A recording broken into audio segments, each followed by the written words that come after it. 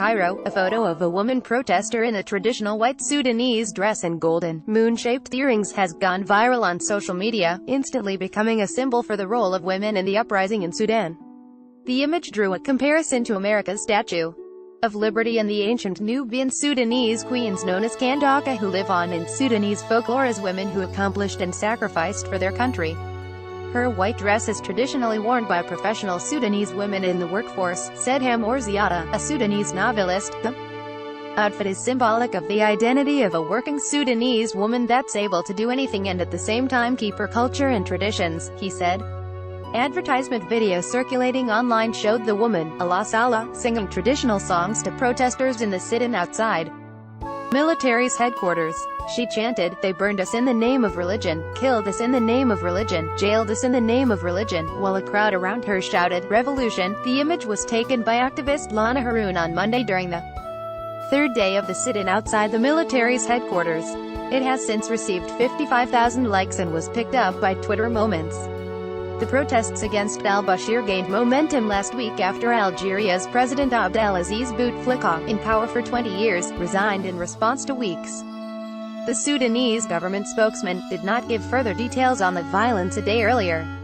Sudanese security forces tried again to break up the sit-in, which began over the weekend, killing at least 14 people on Tuesday, activists behind the demonstration said, disputing the government's figure. Attempts by security forces to break up the sit-in have killed at least 22 since Saturday, including 5 soldiers who protest organizers said were defending the sit-in.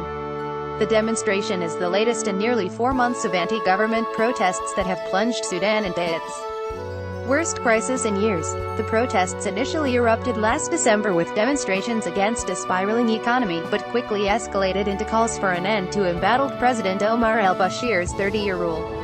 Sudan state news agency, meanwhile, said the country's ruling party would hold a rally Thursday in support of al-Bashir in Khartoum, but the party said later that it had cancelled the rally for security reasons. Saturday's marches marked the 34th anniversary of the overthrow of former President al-Nimeri in a bloodless coup. It was one of the largest turnouts in the current wave of unrest. The military removed Nimeri after a popular uprising in 1985. It quickly handed over power to an elected government.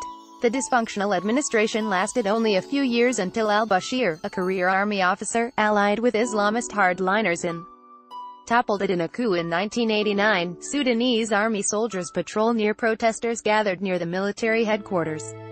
Credit: al-Bashir has banned unauthorized public gatherings and granted sweeping powers to the police since imposing a state of emergency last month, and security forces have used tear gas, rubber bullets, live ammunition and batons against demonstrators.